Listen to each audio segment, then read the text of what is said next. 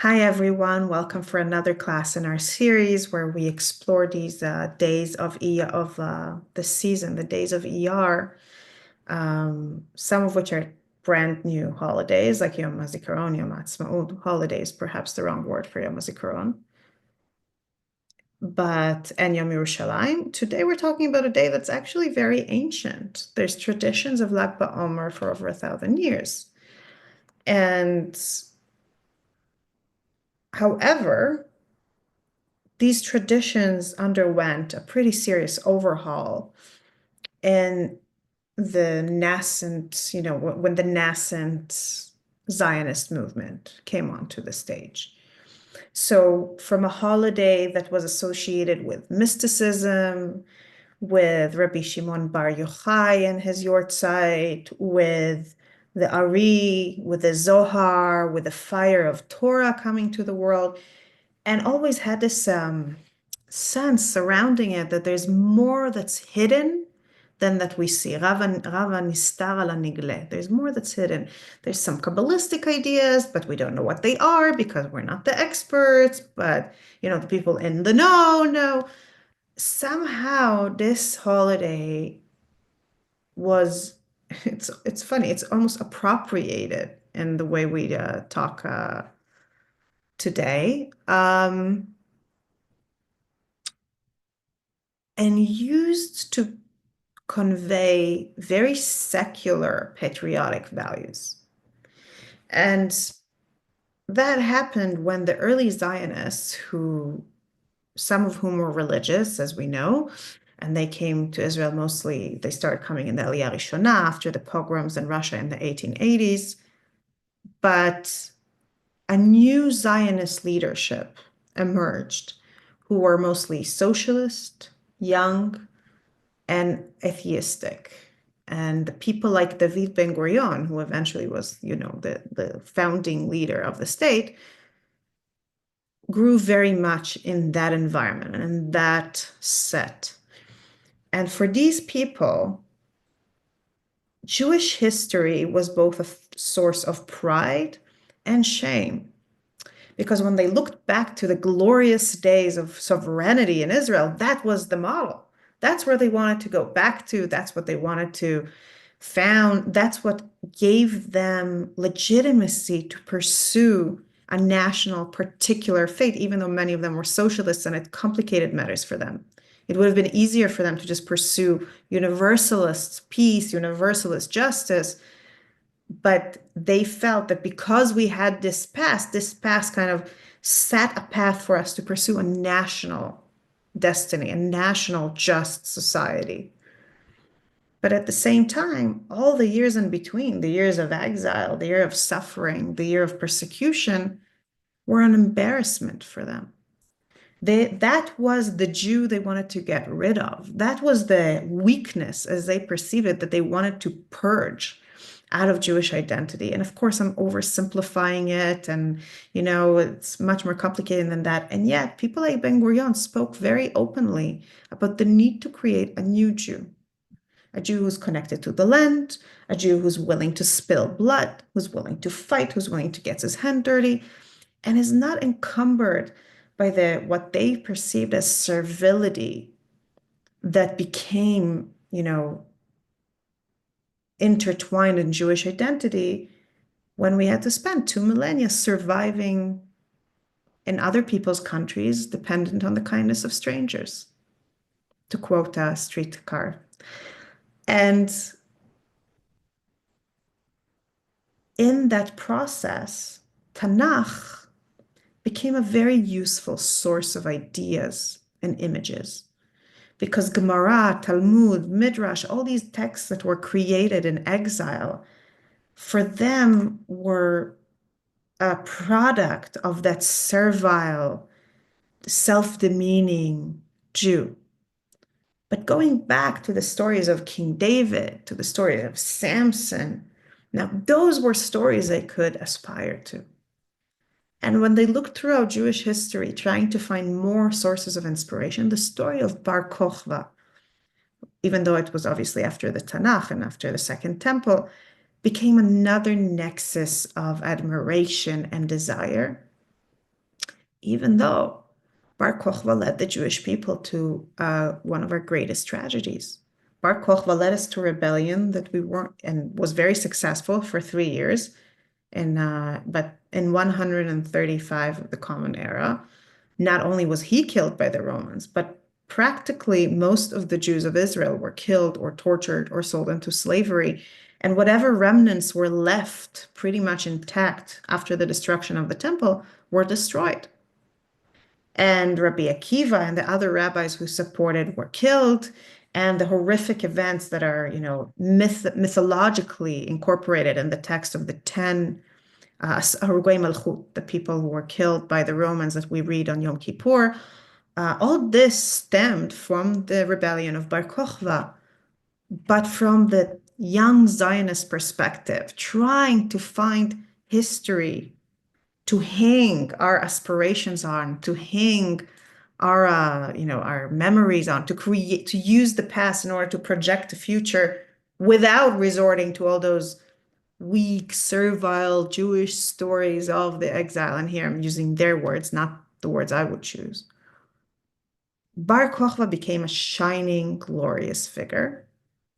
And his story, they decided to kind of celebrate his story on Lag BaOmer. Now, it's not a totally random choice because Lag BaOmer, the whole Omer era, is the time when the students of Rabbi Akiva died in a plague, which some scholars suggest was not really a plague. It was the rebellion, but they couldn't write it because it was censored by Romans. So they wrote it was a plague. And Lag BaOmer was the day when they stopped dying. So somehow the rebellion and the story of Rabbi Akiva and his supporter rebellion is already intertwined into this time of the year. So they took Lag BaOmer, they made it into a holiday that's all about rebellion and standing up for our patriotic values and who we are. And they added all kinds of interesting elements to the holiday, like bow and arrow. What has bow and arrow to do with Lag BaOmer? But somehow in young Israel, bow and arrow, shooting with bow and arrow, handmade, handcrafting bow and arrow and shooting it was an activity that all youth movements did because I guess you're getting ready for a rebellion. And by the way, somebody mentioned that fires should be tended by adults. I don't think those bow and arrow sessions were. So just to give you a sense of young Israel's reality. And it became in secular Zionist circles an opportunity to celebrate the spirit that demands sovereignty and is willing to sacrifice for it and uphold it and be proud of it. And now when we look at Lag BaOmer through this prism, but also through the ancient prism or the older prism of mysticism, what I want to do today is delve deep into what is perhaps a central text in the myth of Rabbi Shimon Bar Yochai, the man whose yahrzeit is Lag BaOmer, the man most associated perhaps with this holiday, and see what we can find in that story, in its different parts as we go through it, to illuminate, to add complexity and nuance to these themes that people hanged on this holiday, from the idea of Kabbalah, of the fire of Torah, of some mystical fire, of celebrating rebellion and patriotism. And I think that what we will find, and it's interesting, is that even though this last part is a very new iteration, a very new addition to our understanding of Lag BaOmer, it's like, 100 years old or less, there is reference to it. There is echoes of it or a discussion of it or discussion of what it means already worked into the text that describes the story of Rabbi Shimon Bar Yochai. Now, there's many quotes of Rabbi Shimon Bar Yochai, who was one of the central rabbis. He is very active, and we have things he said and taught throughout the Mishnah and Gemara. But this is the story about him, the famous story about the cave. And what I invite us to do is to do a slow, careful, zoomed-in reading, and then every time we'll zoom out and see how it illuminates broader themes than we can see at first glance.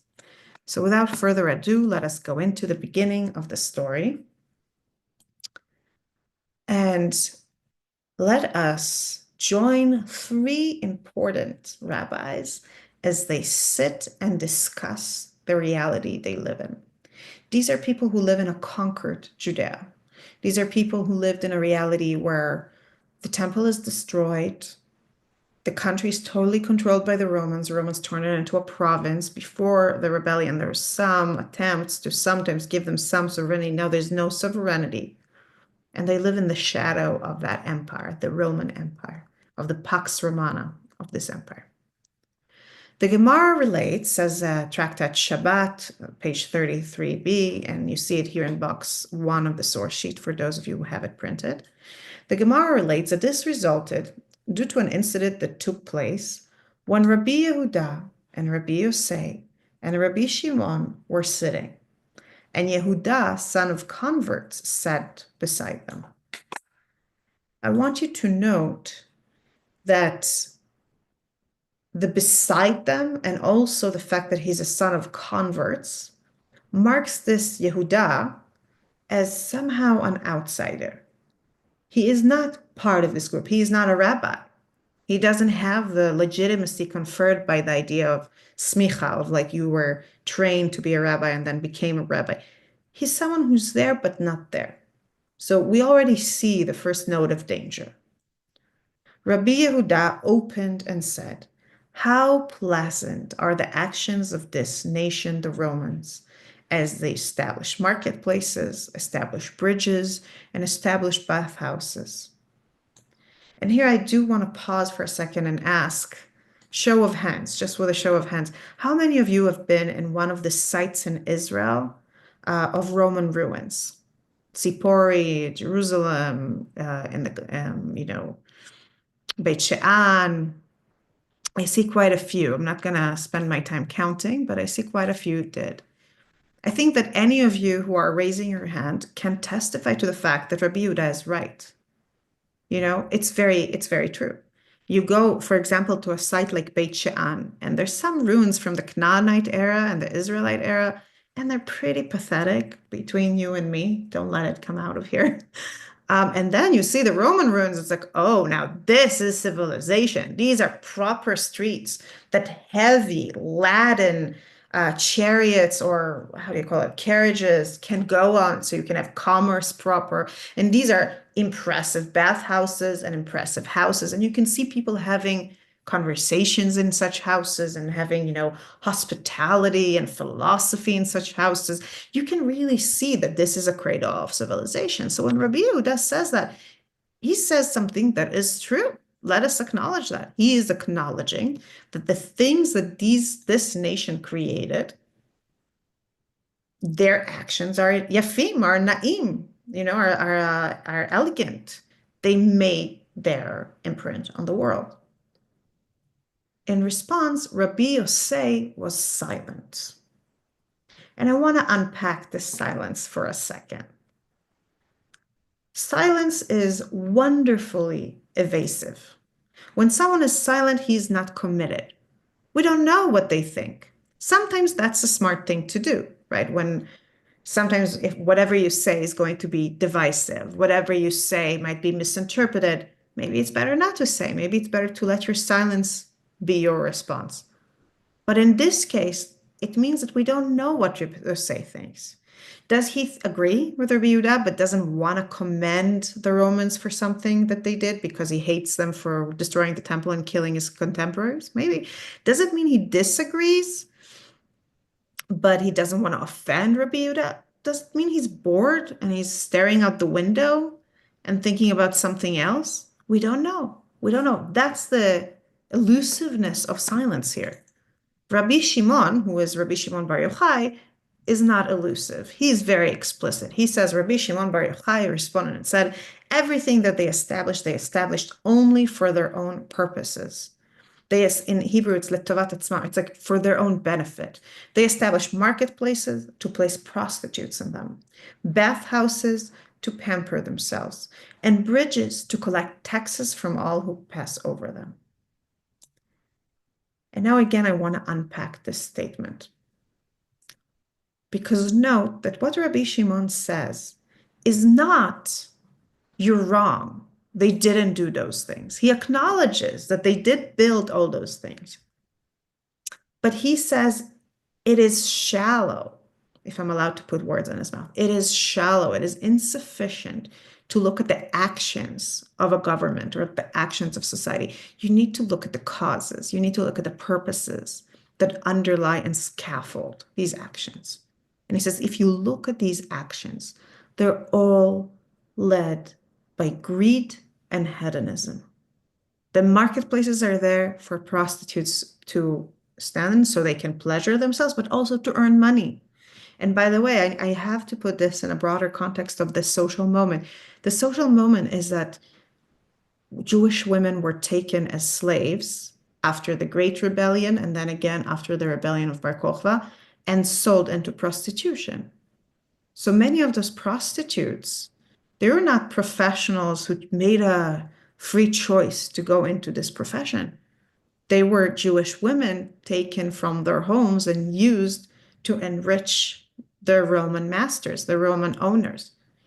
So this is more than just a statement about kind of the low and greedy and hedonistic nature of civilization when used this way. It's a statement that how can you glorify them when what they do with all these things they did is oppress our people, is sell our girls into prostitution.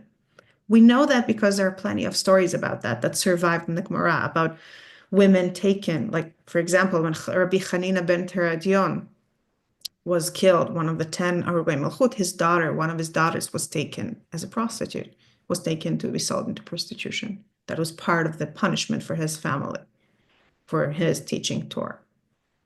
So, and there are other stories like that, both about women and young boys. So, in that reality, Rabbi Shimon says, this is the tool of our persecution. This is a tool of our destruction. This is what their civilization does. Is this really something you want to appreciate? And even the things that are a little less painful, like taking taxes, which in and of itself, I mean, we pay tolls on toll roads, right? Once got stuck in Danziger Bridge in New York. I forgot what it's called, like, because I couldn't pay Tappan Zee Bridge. And, bathhouses sounds like a not bad idea in terms of hygiene. But the emphasis is that they're building these things because they want to get some profit or some pleasure out of it. And that is not something that we can call fair, fair in the sense of beautiful, fair action, fair project. Interestingly, this critique or this response of Rabbi Shimon, I think, taps into a very deep and ancient discourse in the Hebrew Bible. Because the Hebrew Bible, as many have noted before me, in its historical part, from Bereshit until Melachim, right, until the book of Kings, from Genesis to Kings, is in essence the story of God calling upon people to build their society around principles that are higher than the pursuit of their own benefits, than the pursuit of wealth or pleasure or power. And we see it throughout. It's running as a theme throughout. It's running from Lech Lecha, or even before it runs from God destroying the world when people were taking whatever they wanted. But then you could say it's just everybody was taking whatever they wanted. It was from God destroying the structure Dora Palaga was building after the flood when they tried to build a tower that'll reach the sky out of this ambition to be the most powerful, to control the air, to control everything. You see it when God calls Abraham to leave the Mesopotamian empires. And later, God's work to take us out of the Nile Empire. Empires that have one very important thing in common, as Yoram Chazoni points out, for example, in his book about biblical scripture, namely that they're river empires. All the empires of the ancient world grew around rivers because rivers allowed people, as Scott James read in his book Against the Grain, to grow grain. And once you have grain, you can collect it and tax it because it survives for longer. And then you have to protect it. So a king or a guy with a group of mercenaries says, oh, I'll protect it for you if you pay me taxes. And then it just starts feeding itself until it creates this structure of hierarchical power where now there's someone at the top who needs to ensure that all the peasants at the bottom keep producing that grain, that his wealth, grain, that his health, wealth, and civilization depend on, and they use more and more force to do so. And before you know it, you see things like serfs or things like slavery, um, and violence, state violence becomes a fact of life on a level you don't see in smaller city states in the time.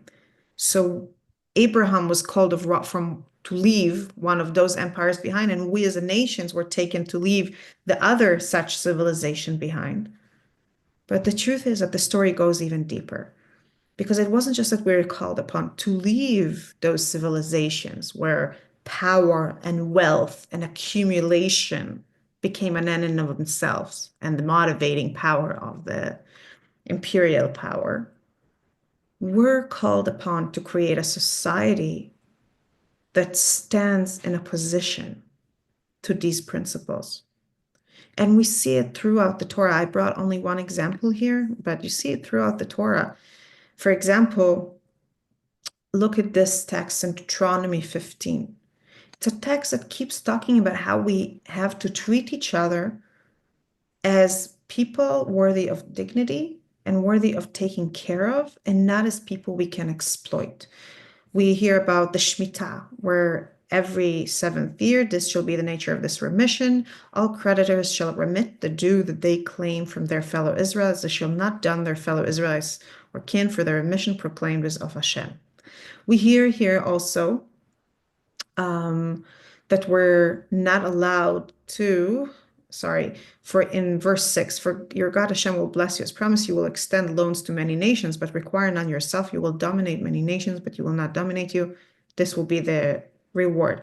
We hear that if your brother becomes, your brother meaning your other Israelite, becomes poor, you have a responsibility. It says in verse 7, do not harden your heart and shut your hand against your needy kin. Rather, you must open your hand and lend whatever is sufficient to meet the need.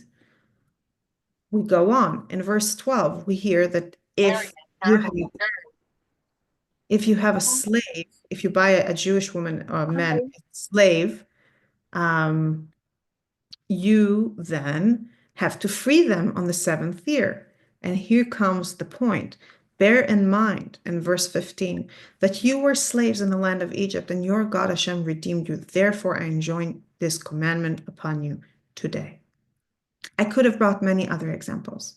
We're told to leave certain parts of our wheat or grain or whatever we grow for the poor because we were slaves in Egypt. We're told to treat the stranger amongst us fairly and to take care of the widow and the orphan because we were slave in Egypt. And we must not become Egypt, as Rabbi Sachs put it in one of his articles. Our mission is not just to leave Egypt behind, but it's to become the anti-Egypt nation. A nation that is built on principles of care, of covenant, of caring for one another, and not on accumulation, ambition, power. So when Rabbi Shimon Bar Yochai, taking it back to the Gemara, when Rabbi Shimon Bar Yochai says, look at the purposes behind all these things they did, he is not making a new point. He is recalling or bringing back into the conversation old, consistent, persistent, fundamental biblical messaging. He says, being excited about these external achievements without asking what they're serving and judging them accordingly goes against the grain of everything we were meant to do in the world.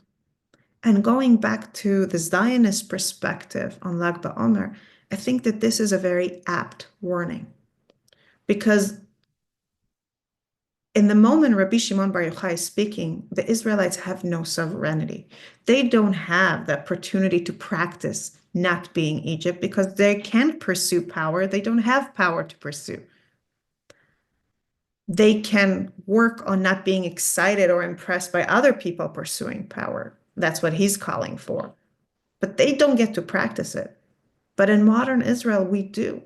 We do have sovereignty. We do have a country. We do have an army. We do have political hard power. We have weapons. Just an hour ago, we maybe have assassinated the new head of Hamas, brother of Yahya Sinwar, with some crazy, insane weapons and technology and intelligence. Sorry, maybe yes, maybe not. Maybe it's been successful, maybe not. But we see constantly that we have a state apparatus that is constantly at work.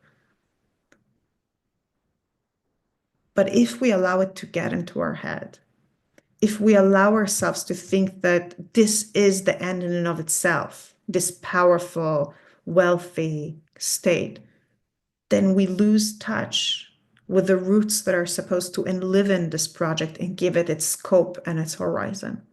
And in that sense, I think celebrating, I can't respond to questions right now, so please write it in the chat and I'll get back to it later. Thank you.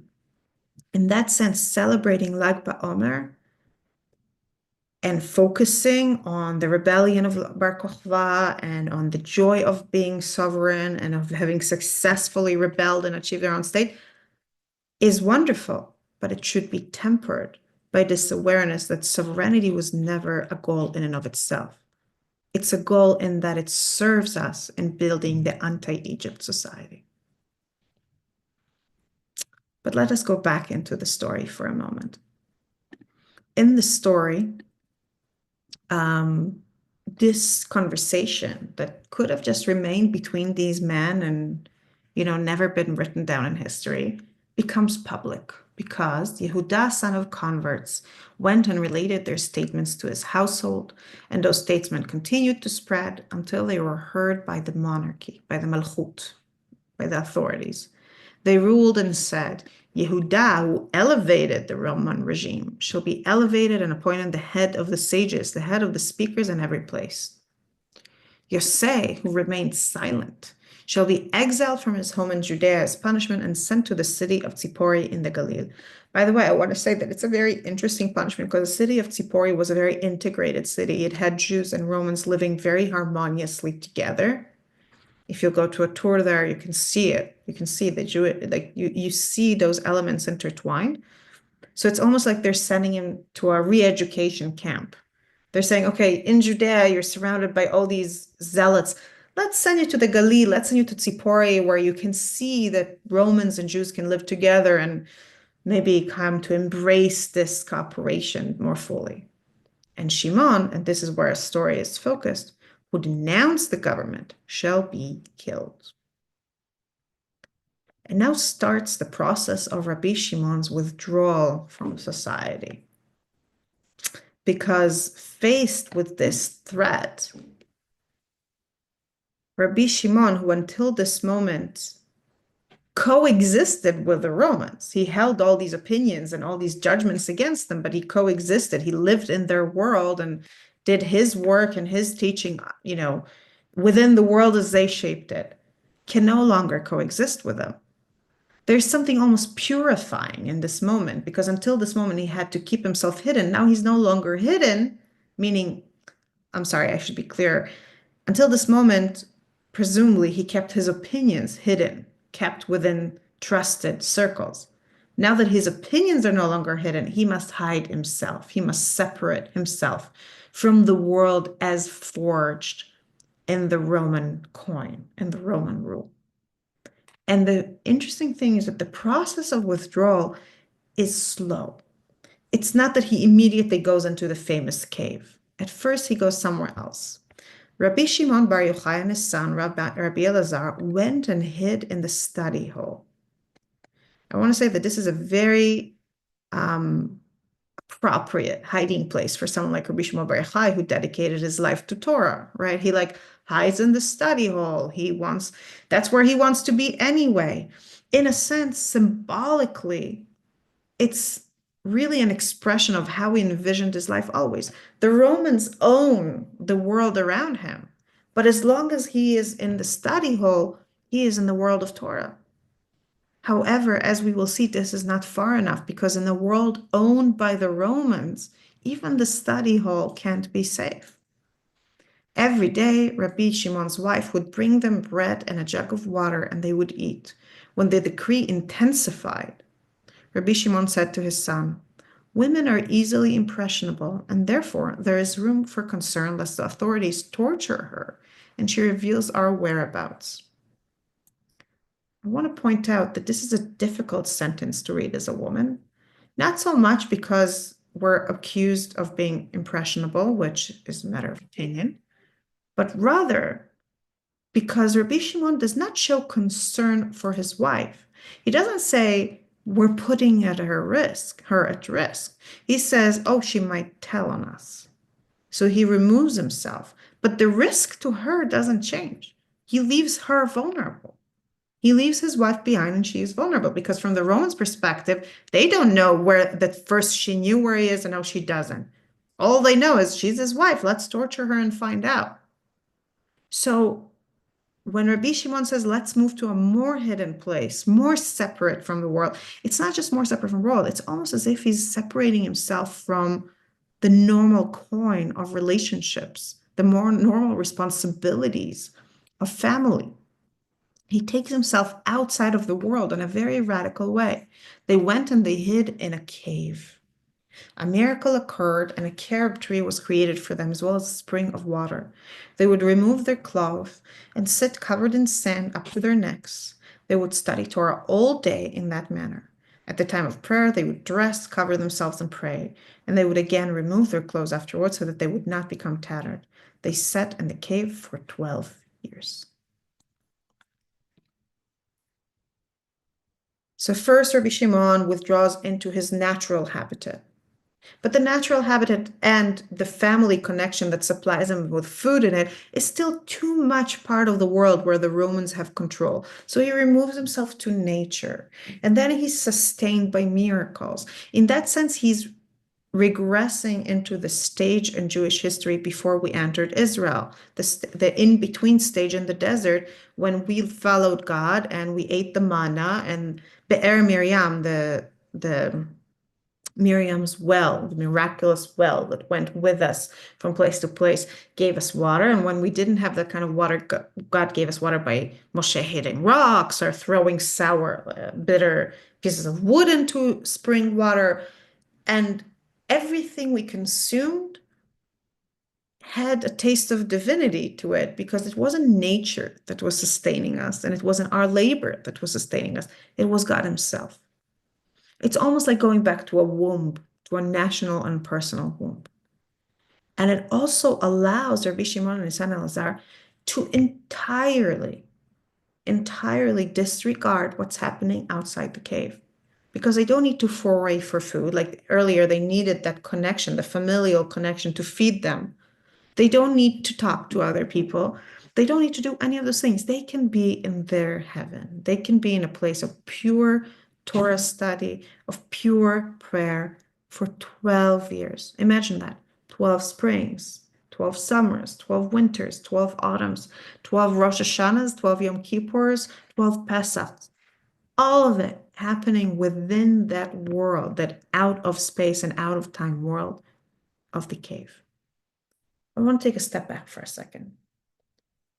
On a symbolic level, what Rabbi Shimon represents here is one of the possible responses a human being can make to empires, to corrupted civilization, to the feeling that the world around us is governed by the very principles Torah wanted us to abandon. Torah wanted us to abandon the pursuit of power, the pursuit of wealth for its own sake, the pursuit of pleasure for its own sake, all those principles that shaped ancient empires. And we were supposed to stand on the other side of the river, as we say about Avraham Ivri, that he was on one side of the river, even when the whole world was on the other side. We were supposed to stand on one side of the river. So when we see that the world is overrun with these things and the world we live in isn't shaped by high principles, but rather by people's pursuit of ambition and pleasure and power, one of the possible responses is retreat, especially when it's really not in your power to change anything, as it is in this case. Rabbi Shimon Bar Yochai is not part of a sovereign nation. He is, in essence, a slave of Rome. And in that sense, the retreat is an act of liberation, not like the heroic act of liberation of going into open rebellion, but a different kind of act of liberation, of saying, I don't want anything to do with your world. I am removing myself from your world, the world where it's this kind of principles rage. The problem with that kind of retreat, even though it's sometimes necessary and sometimes it's the prudent thing to do, is that it doesn't get us any closer to achieving what we're supposed to achieve in the world. When we retreat into caves, we're not building the anti-Egypt because the anti-Egypt needs to be built in society. God didn't ask us to just be pure as individuals. He asked us to build a better society that's founded on better principles. And you can't do it when you're two people in a cave. And sooner or later, reality comes knocking. And that is exactly what happens here. And reality here takes the mystical, magical appearance of Eliyahu. Eliyahu the prophet, and we'll talk about Eliyahu soon, came and stood at the entrance to the cave and said, "Who will inform Bar Yochai that the emperor died and his decree had been abrogated?" They emerged from the cave. What a dramatic moment. It's time to get called back into the world. Part of the power that moved the world is gone. Maybe there's an opportunity to remake it. But what happens when they come out of the cave? They emerged from the cave and saw people who were plowing and sowing. Now, if we didn't know what comes next, I think we could say, "Oh, how pastoral, how beautiful." They were stuck in this place where they were just intensely in their own minds. And now they're going out and they see building the world, creating things in the world, following the routines of the world. But that's not how they see it. Rabbi Shimon Bar Yochai said, "These people abandon eternal life of Torah study and engage in temporal life for their own sustenance." In other words, for Rabbi Shimon Bar Yochai, after 12 years in the cave became the ideal existence.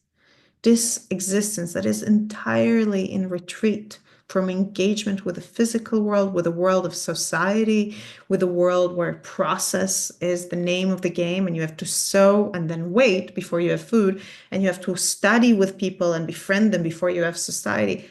That world has become to an alternative to truth, an alternative, a bad alternative to what life should be, which is dedicating yourself to the eternal study of Torah. And the Gemara relates that every place that Rabbi Shimon and his son Rabbi Eliezer directed their eyes was immediately burned. Their disdain is so sharp that it burns, it destroys the world instead of building it. Now, lest we think that this story poses Rabbi Shimon as a hero and we all should be ashamed of ourselves for not being like him, God intervenes. A divine voice emerged and said to them, "Did you emerge from the cave in order to destroy my world? Return to your cave." They again went and sat there for 12 months. They said, "The judgment of the wicked in Gehenna lasts for 12 months. Surely their sin was atoned in that time." They're hopeful that a year has atoned for their sin. Before we see what happens next with them, I want to take a step back and I want to unpack some of what we've seen here. The fact that when Rabbi Shimon's eyes look at places, what happens to them is that they burn, may seem incidental, but I don't think it is. Because when you look in Tanakh and you look for places where fire is mentioned, you see several different types or different categories of fire. There's the fire on the altar, there's the fire of candles, like the candles that the Kohanim are supposed to light in the Mikdash. But there's also fire that comes with revelation. There's the fire that came to Abraham in Brit Ben Abtarim, in that moment when he was supposed to cut the animals, and then he got the revelation from God that his descendants are going to go into slavery and be slaves for 4 generations, and then before they come home. And there's fire in that moment. There's a kivshan esh, there's fire burning. There's the fire of the tree, of the sneh that wasn't burnt. Moshe is walking as a shepherd, and suddenly he sees a tree burning without burning out, without being consumed. And then God talks to him and gives him the almost unbearable responsibility of taking the people out of Egypt, a responsibility Moshe very much does not want, and yet is forced to take upon himself. We see it also in Mount Sinai. We see fire in the moment of revelation in Mount Sinai. It's as one of the pyrotechnical manifestations happening there. And later, when Moshe recounts the story of Mount Sinai in Deuteronomy, he emphasizes the fire and the fear, the feeling that God's presence is not a pleasant experience. It was a fearful, scary, terrifying experience for the people. And there's other examples, but let's stick with these.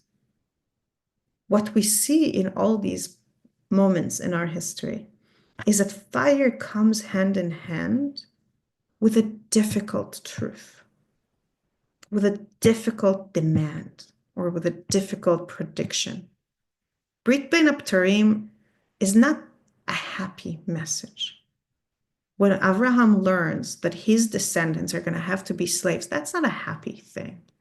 I mean, it's good to know that it's going to be temporary, but wouldn't it have been nicer if they didn't have to be slaves in the first place? When Moshe hears that he's supposed to take the people out of Egypt, I mean, it's very beautiful and wonderful for the Jews, of course, for the nation, but for him, it's the end of his life as he knows it and as he wants to know it, as he wants to live it. It's just the end of everything because that's not what he wants to do. And he begs God 5 times to take it to someone else. And then he'll keep complaining about it throughout his life about why did you put this weight on me? I'm not their mother. What do you want me to do with them? How can I carry them? 40 years project, and then he doesn't even get to go into Israel to see it. And when the people receive the message in Sinai from God, of course, it's a beautiful and powerful moment, and it's a foundational moment of our religion, and we'll celebrate it on Shavuot and all that. But it's also the moment when we became signatories, so to speak, on a contract with God. And it's a harsh contract. It's a contract that says God has a lot of expectations from us, and we commit ourselves to upholding them, and we accept that if we fail, we will be punished very harshly. Having God's hand on our history, having God's eyes focused on us, means that we don't get away with anything. It means we don't get to live normal life in our land forever and ever like some people do. No, we will be exiled if we sin, and we will suffer if we sin, and we'll be killed and made vulnerable, and we will never have peaceful existence because we will always have to watch everything we do and ask, are we fulfilling the covenant? That's the meaning. The meaning is we're making ourselves part of a very difficult path in the world. And yet, in all those moments, moments of fire, when there's a harsh demand, a very harsh demand from humans, from Abraham to accept what's going to happen to his children, from Moshe to accept his mission, from the people to accept their mission, it's tempered. It's tempered by care for God's creatures. We don't have time. We could do a whole series just on that. But if you look carefully in all those texts in Tanakh, you will see that God's overriding motivation in that, or God's behavior, God's speech in those moments, is one of care. The reason God gives for the people having to wait in Egypt as slaves instead of coming home to Israel as soon as possible is log tam avona emori, is that the nations who live in Israel don't deserve to be ousted at this point. They don't deserve it. They will later sin, and then it'll be just to oust them to make room for the Israelites. But until they don't deserve it, just because God chose Abraham and chose his descendants doesn't mean that the Israelites get to come home to Israel and get rid of its other inhabitants. They don't get that because even those people are God's creatures and they're under his responsibility.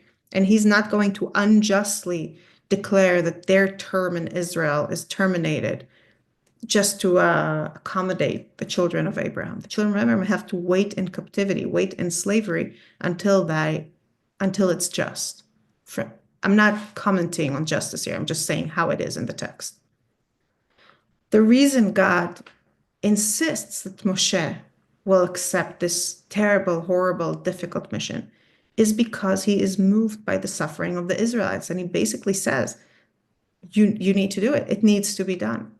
It needs to be done because they suffered enough. The time has come. And then when God reveals himself in fire in the Sinai to the people and they're terrified, God doesn't berate them for being terrified. When they come to Moshe and say, please help mediate this, we can't stand so close, we can't stand God's voice. God is agreeable to it. God protects them from himself, even. God is kind to them in that moment. And in that regard, every time that we see this fire of revelation, we see at the same time also an element of care, an element of God's divine love, except one time. And that one time is the exception that proves the rule. And I do want to read that one time in the text.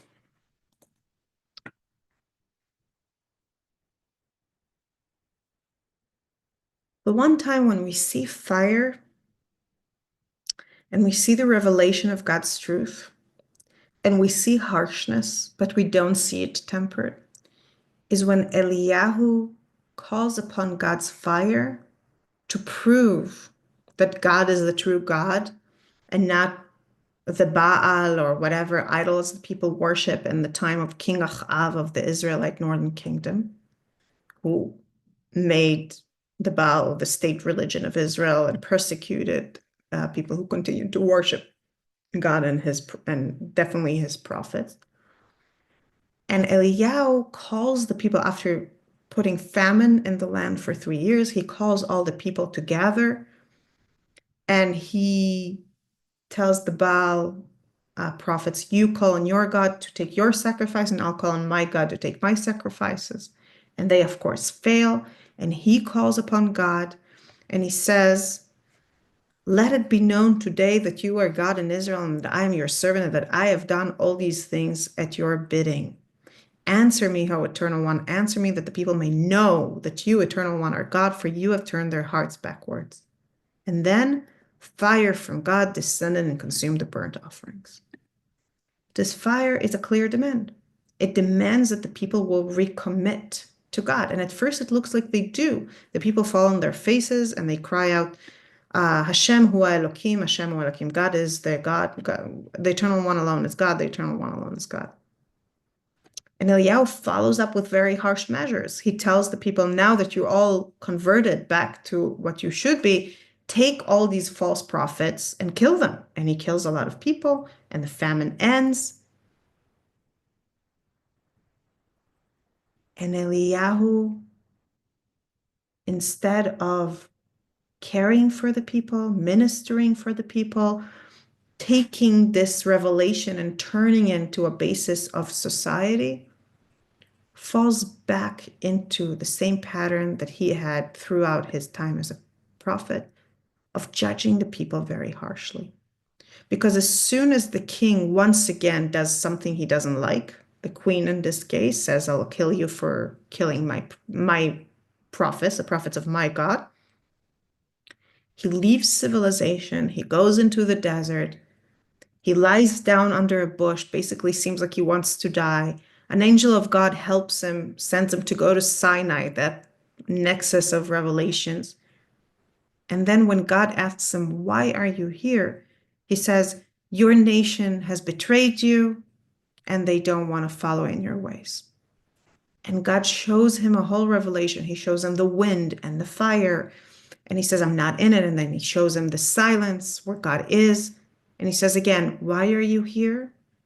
And it's God giving Eliyahu an opportunity to change. It's God giving Eliyahu an opportunity to be softer in his judgment of the people, to say, maybe the people are redeemable, maybe help me redeem them. And instead, Eliyahu once again says word by word the same message. Your people have betrayed you, they have no interest in serving you, etc., etc. In other words, Eliyahu and the miracles he facilitates and the messages he carries take fire to an extreme, that fire of revelation, the fire of a harsh demand that God places on human beings, but he doesn't temper it with any care for the people. When he's angry with them, he puts famine on them. When he has their support, he uses them to kill other people. When they anger him, he demands their demise from God himself. He has no compassion. He has no softness for them.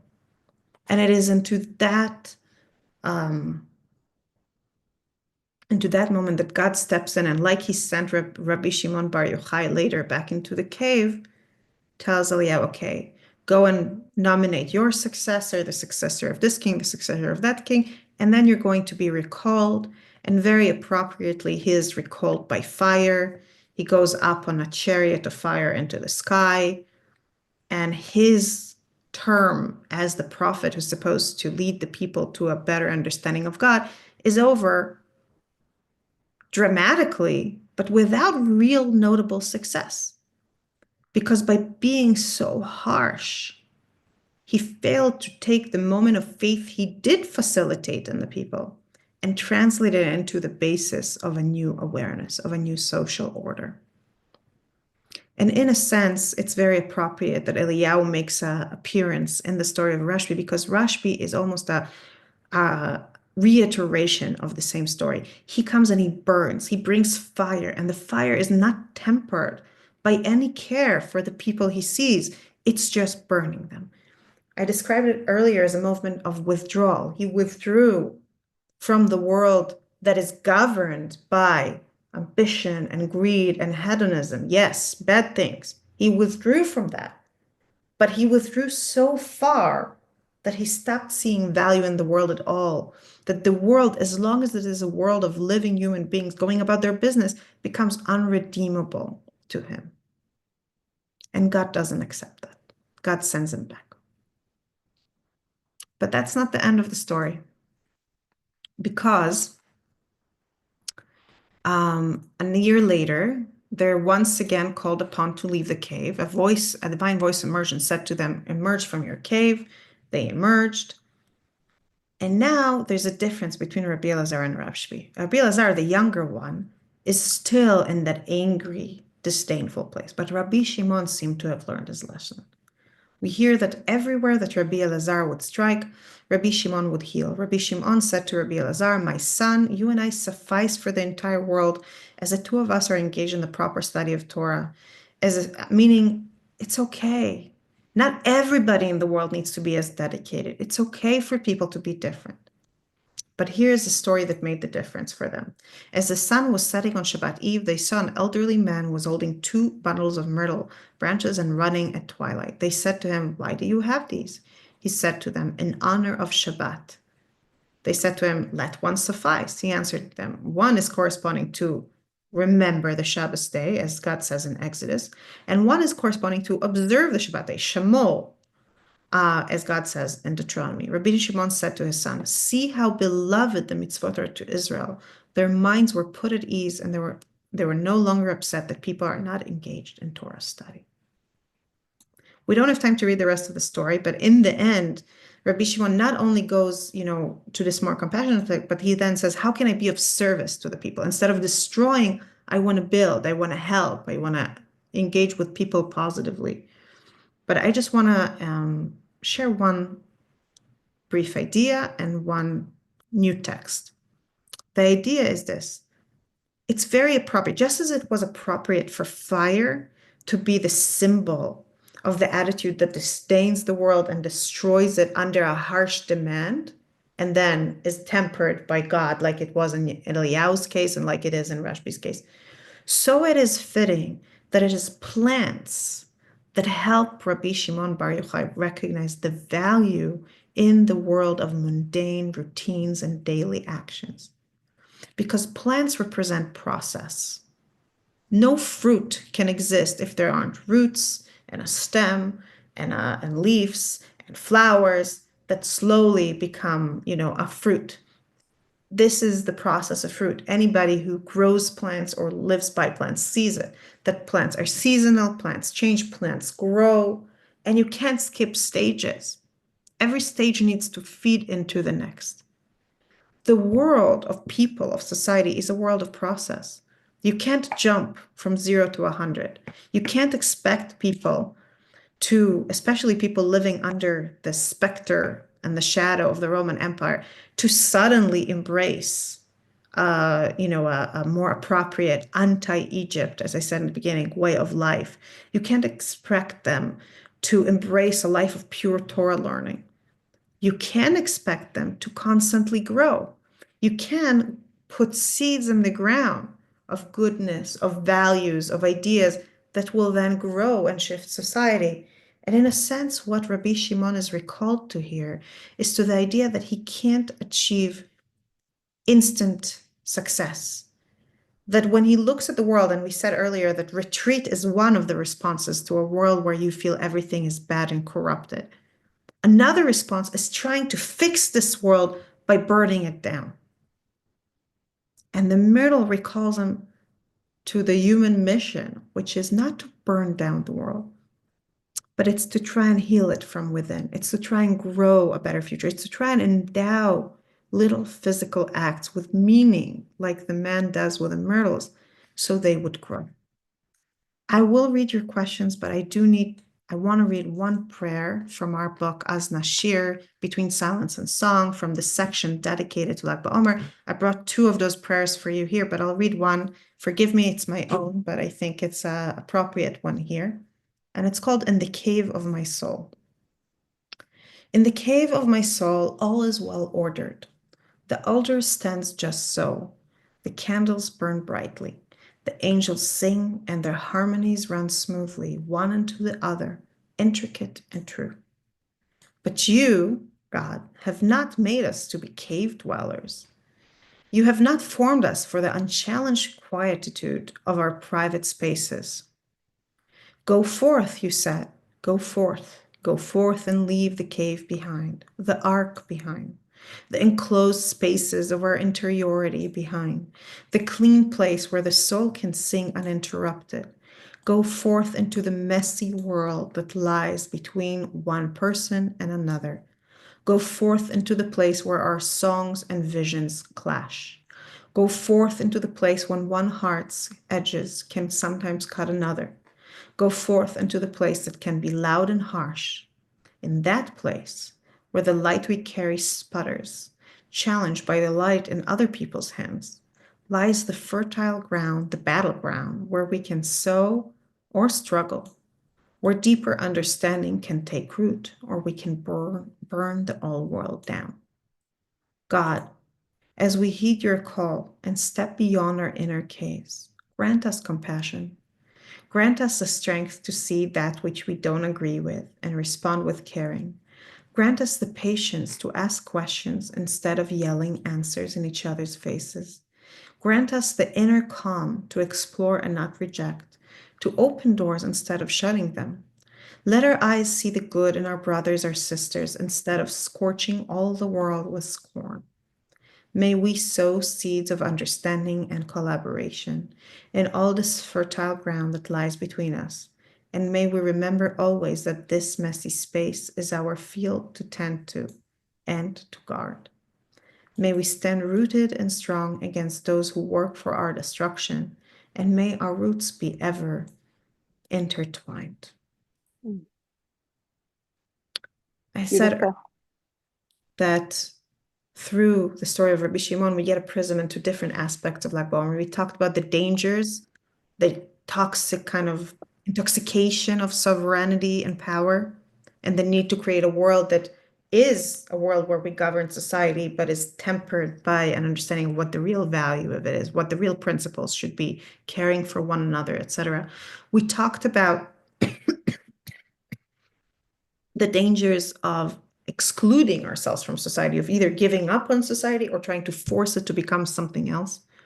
And with this prayer, I want to tie that to one last theme of Lag BaOmer, and that is the theme of, or I should say, the character of Rabbi Akiva, whose tragedy and whose dying students hang over this day, since on that day they stopped dying. So we celebrate that, but it reminds us of all the death that preceded us. I mentioned that contemporary scholars think that really they were killed in the war, killed in the rebellion. But sages gave a different answer to why the students of Rabbi Akiva died. They said they died because they didn't respect one another. They didn't treat one another with respect. And that theme, too, is deeply, deeply relevant to the story of the cave and the myrtles and the fire. Because what happens here is Rabbi Shimon Bar Yochai is so immersed in principles that are true that he allows himself to become blind to what is demanded of him vis-a-vis his interaction with other people. When he goes, like I wrote in that prayer, from the nice, well-ordered cave into the messy area out there, he starts burning it up.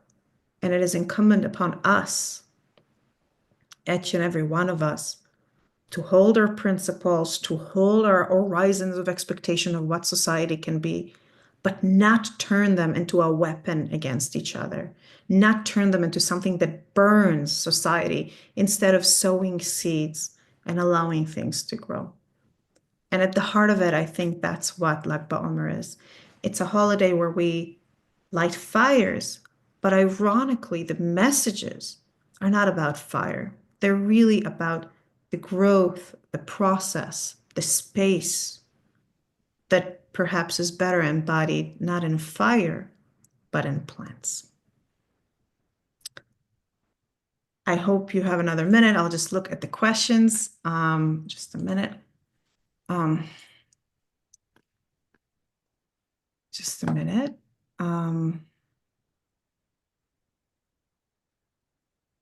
Suri, you want to make a comment? It's a little lengthy, so maybe I'll just email it to you. I Sure. don't want to keep everybody. Sure, but I see you wrote in your message that you wanted to say about kochi ve'otzem yadi, which Well, okay, that so if is you give me, it's not that long. I just wanted to read a passage from a book I've been reading called To Be a Jew Today, A New Guide to God, Israel, and the Jewish People. And I just want to put this out there. I'm not advocating one way or the other, but I think it's a very interesting comment and very relevant to what you were saying today. He writes that consider that from Deuteronomy onward, Israelites and later Jews were told that entering and settling the land of Israel carried with it the ever present threat of sinning against God by breaking the covenant. The Israelites who entered the land were not, according to the Bible, a chosen people beyond sin. To the contrary, they were a chosen people prone to sinning from the get go. To paraphrase Genesis, sin was crouching at their door, right? The petach hatat roves. Their characteristic sin, the one prophesied already by Moses, was a sin of pride, the sin of believing they were perfect, that their strength and the power of their hands had given them homes and prosperity. Then he says, the risk of that sin looms larger today than ever in Jewish history, because never before in Jewish history have Jews achieved such strength and prosperity in a land they call their own. Consider the name of the single most extreme ultranationalist party in Israel today, Jewish Power. The word power, otzma, in the name of the party, is the feminine form of the very same word, otzem, used by Deuteronomy to warn against the prideful sin of ascribing success to kochi ve'otzem yadi. The name Jewish Power is hence, okay, so this is, he's getting political here, and you can not. decide what you want to Who is want the to. author? Who is the author? Noah Feldman. He's a Okay, thank you. professor at Harvard University, he teaches Talmud. But he says it's a violation of a sacred divine command. God warned the Israelites not to become high-hearted and declare that their power gave them a land. The Jewish Power Party precisely insists that it is their power, the power of the Jews, on which they rely and that they celebrate. Okay, So I don't want that's to his go political into statement. what he says But about this party or that, but I think right, that the but point is well the made. point, yes, The yes, point is very poignant. I definitely feel it as an Israeli that it's we've never before were in the situation where this was our test since the exile, meaning like we have been here before and we failed every time. Every time we ended up with Ivat Yeshurun right, Vayevad, right, Israel became fat and kicked right, off Vayishman shackles. Yeshurun, Vayevad, right. This it became like Egypt in a sense. which, by the way, even when we're told in Deuteronomy that we're allowed to have a king, the one thing that we're told is that the king must not take us back to Egypt. So he should not have horses and wives and gold, which doesn't make sense because those things don't lead back to physical Egypt, but they lead to becoming Egypt because they mean that they become so powerful that they start pursuing power for itself, start pursuing keeping their power in place. And in that regard, I think that's a very well-made point, and thank you for sharing it, Suri. Anyone else wants to share or ask or comment? Okay, so I'll make one final remark and then wish you, I guess for you it's good day for most of you. For me, it's good, very much good night. Um, that October 7th, I think, tempered a little bit our confidence in our own power here in Israel. And in that sense, and I'm not saying it's a silver lining or a good thing or anything like that. It's not a good thing. But many of us have been on this path of contemplation of have we relied on power too much? Have we become too confident in ourselves? Have we, in fact, become so enamored with kochi ve'otzem yadi that we forgot that we're not invulnerable and that we need God. We need divine help. It's not just, yeah, I'll daven because I'm told to. No, we actually need God. And a lot of the book I'm quoting from As Nashir, both the original As Nashir, which we published, me and Shira Lankin-Sheps and Ann Gordon, my partners at the Shvili Center, we published this book, an anthology of women's prayers written after the war, first before Rosh Hashanah, and then one specifically for the National Days of Remembrance and celebration now. A lot of the prayers in it are written from this newfound place of realizing that we need God, that we actually need God, not like as a statement. We really need help. We can't do it alone. But there's also something powerful about acknowledging that, because when you acknowledge that, it becomes okay to say, I don't have the power to do X, Y, Z by myself. It becomes okay to say, I alone cannot redeem the hostages. Because you understand, yeah, you need more than yourself. And that insight is also at the heart of society, not just partnership with God, but partnership with other people. The heart of this partnership is the realization that we can't achieve what we need to achieve alone. Rabbi Shimon Bar Yochai can become the purest Torah learner in the world on his own, but he can't build the anti-Egypt society. He can't build an alternative to this disgusting Roman world where they build all these beautiful physical edifices to serve their greed and pleasure and power. He can't build an alternative to that in the cave by himself with his son, or if the whole world is burned before him because of his zeal. And this insight, we need each other, I think, can be an anchor for us even when we are tempted to disagree strongly, viciously, to go beyond the bounds of respect, like the students of Rabbi Akiva. Because as long as we remember we need each other, we can't afford to burn the bridges between us anymore. And may we hold on to that truth. May we remember this truth as we go into this Lag BaOmer and out of this Lag BaOmer and into the rebuilding that we have to do in our world as we move on. And on that note, may we hear Besorot Tovot, may we hear good news. Amen. All to be well. And I hope you will join me again next week where we will discuss Jerusalem as a gate into eternity and the complexity of being a place that's both a city and something different at the same time. Good night, everybody. Good day, whatever it Amen. is for you. Be Thank well. you. Thank you. תודה רבה.